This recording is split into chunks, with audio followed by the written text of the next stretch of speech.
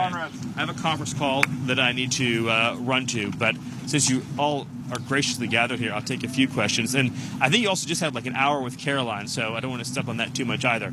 Hold on, there's a question back there first. Pundit, I have two quick questions. First, President Trump has talked about potentially suspending habeas corpus to take care of the illegal immigration problem.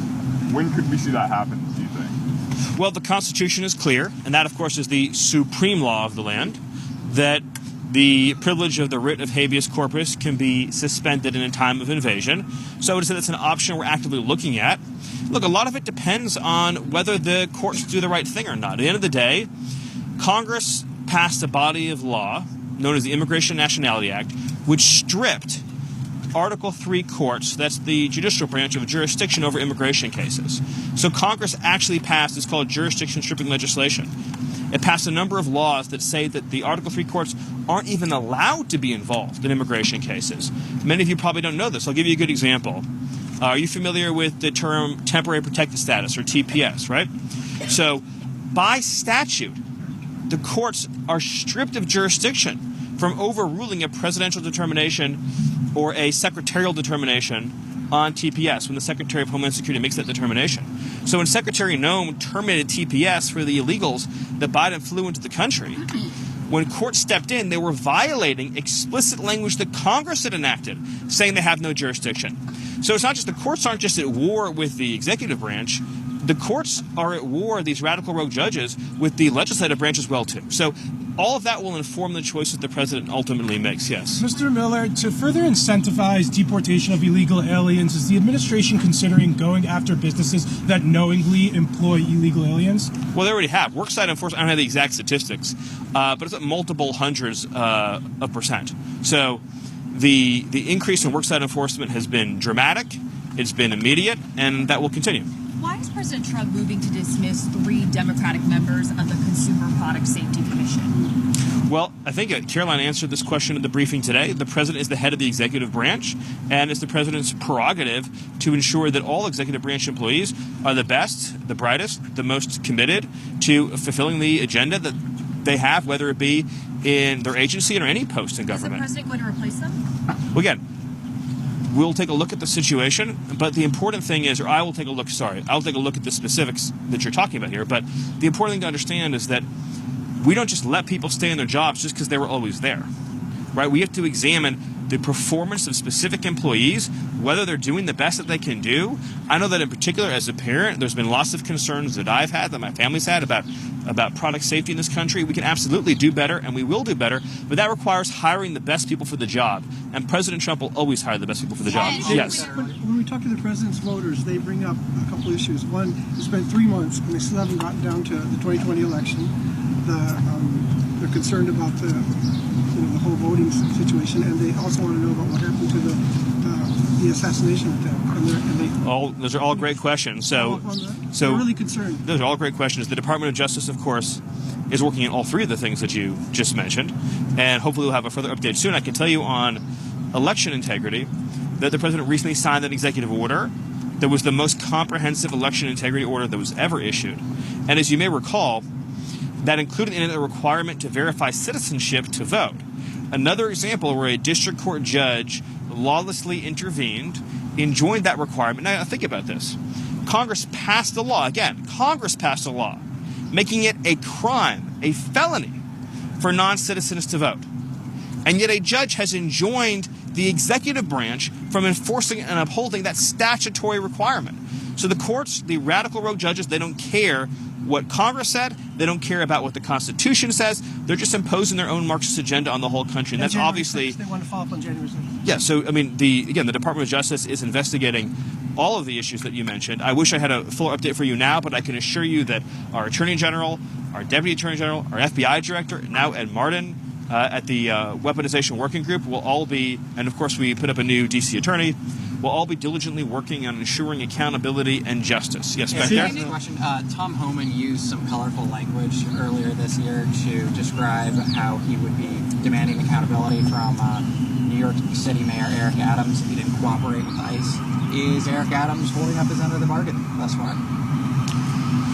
All I would say to that is this administration is going to pursue immigration enforcement and cooperation in every city. And anyone who doesn't comply with the laws and dictates of this country will face the appropriate legal consequences. That applies to Eric Adams, and that applies to every other mayor in this country. The law is the law is the law. And if obstruction, if hindering, if harboring occurs, then the full range of potential penalties applies to any federal official, any state official or local official that's engaging in obstructionist behavior. But I would also say that when it comes to immigration enforcement, now that we have achieved the mission of sealing the border, you're going to see more and more resources and priorities put into the mass deportation program.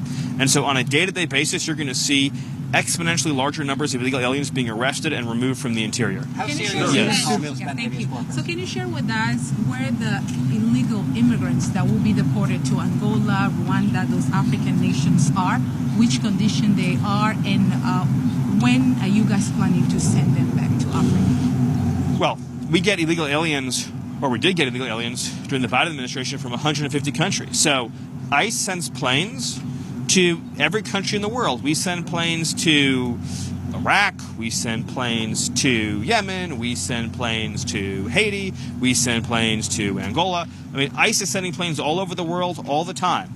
Anyone who came here illegally, we're finding them and we're getting them out. Any other questions? Yes, back there. Yes. Thank you, Stephen. So it looks like we're going to see a lot of port workers and truck drivers displaced by the tariffs in the coming weeks. And does the administration have any plan for relief for those workers, sort of like what you did in the first term for agricultural workers who had some impact? Well, what I would focus on is the fact that we're actually going to begin enacting, as you've seen, a series of historic trade deals. They're going to be opening up the export market for American producers, both manufacturers, growers, ranchers, as never before.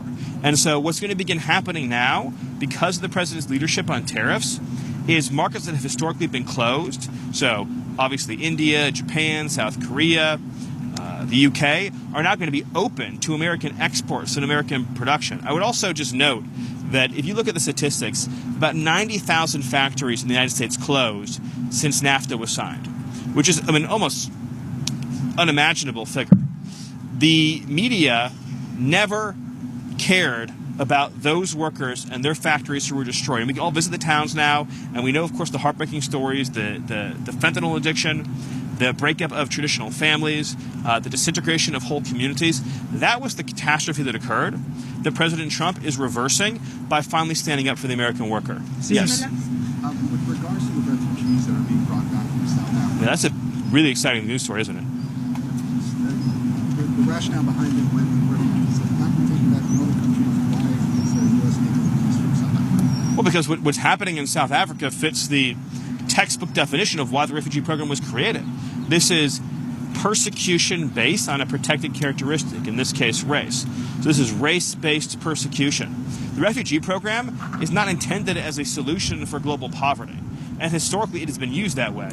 Wherever there's global poverty or wherever there's dysfunctional governments, then the U.S. refugee program comes in, swoops people up, relocates them to America, and you have multi-generational problems. You even into the second and third generation, you have endemic poverty, you have crime issues, you have integration issues. The U.S. refugee program in America has been a catastrophic failure. I mean, if you look, for example, at the Twin Cities area, I mean, just in terms of markers of educational outcomes, in terms of public safety, in terms of welfare use, I mean, it's been a complete public policy failure. And so this is an example of the president returning the refugee program to what it was intended to be used as. What evidence? Hold on. Yep, over there, thanks. Specific evidence do you Well, have so that let me just take this one first, thanks. Is the president having a conversation with you about becoming the national security advisor, and would you accept? I'm very thrilled with the job that I currently have, and my focus right now is on supporting Secretary Rubio. Marco and I become very close friends, especially over the last 100 days, but even before then. And I could not be more excited to work with Marco, who is truly one of the all-stars of this government, both in his role as Secretary of State and in his role as National Security Advisor. And I think the whole country is going to continue to see just how incredible Marco is. Yes. What specific evidence the United States have that those South Africans have been severely persecuted? Well, but it's state policy. There's land expropriation. There's a whole series of government laws and policies that specifically target white farmers and the white population in South Africa. That's well documented on video. And of course, you even see government leaders chanting racial epithets and espousing racial violence. That's all very well documented. Yes. On Ukraine, are you in a position to confirm either kill or keep alive the reports that you have been asking Ukraine, war-torn country, to accept some of the illegal immigrants, and why? I've never heard that before. Mr. Miller, there are over Yes. 300,000 Hold on. Yes. President Yes. foreshadowed that he was going to be making a very big announcement yesterday, today, maybe Monday. I know you're not going to get ahead of the president. Can you give us a hint, though, at least? What topic? No, I'm not going to get ahead of the president. Yes. Did you have a question? Yeah. Will you be involved with the meetings with Mayor Adams today, and what do you plan to discuss? I'm not involved in those meetings. No. Do you have a question? Yes. So the current governor of California has been extremely rude to President Trump and your administration. What is the status of their litigation on the tariff issues and all the issues? I don't have an update on that. Sorry. There's over. Yes. Yes. Stephen, Yep. do you have, of the South African refugees, how many are coming and when will they arrive? Well, we just have the first flight is scheduled, I believe, for early next week. But that's just. Where in the U.S. are they right now? Well, I don't have an exact update for you on that yet. I don't want to confirm any news reports, but that's just the beginning of what's going to be a much larger scale relocation effort. And so those numbers are going to increase, obviously, as time goes on. It takes a little while to set up the systems and processes and procedures to begin a new refugee flow, but we expect that the pace will increase. It'll increase at a healthy pace as time goes on. Yes, back there. How many on the first flight? Not right now. Yep, back there. Commented on the Tufts University student that the federal judge of Vermont ordered the immediate release of Tufts University students held by immigration authorities. Yeah, my reaction is, again, there's a judicial coup in this country. The foreigners in this country do not have a right to stay in this country if they support designated terrorist organizations like Hamas. Hamas is a designated terrorist organization. The Secretary of State has the absolute authority under statute, which again is not judicially reviewable, to revoke an immigration benefit or visa and then to pursue a deportation to the Department of Homeland Security. We cannot individually litigate in court every single visa that we want to revoke. This is a plenary authority of the executive branch. And I would just say that, what this really comes down to is this. The American people voted for President Trump in large part to seal the border, deport the illegals, fix our immigration system so it serves America's interests, and remove the people from this country that we don't want here because they threaten our national security, our public safety, or our economic security. That is what he was elected to do. It's what the Constitution empowers him to do. And this judicial coup by a handful of Marxist judges to frustrate that effort can only be understood as an attack on democracy. Thank you. Thank you, Mr. Miller. Thank you.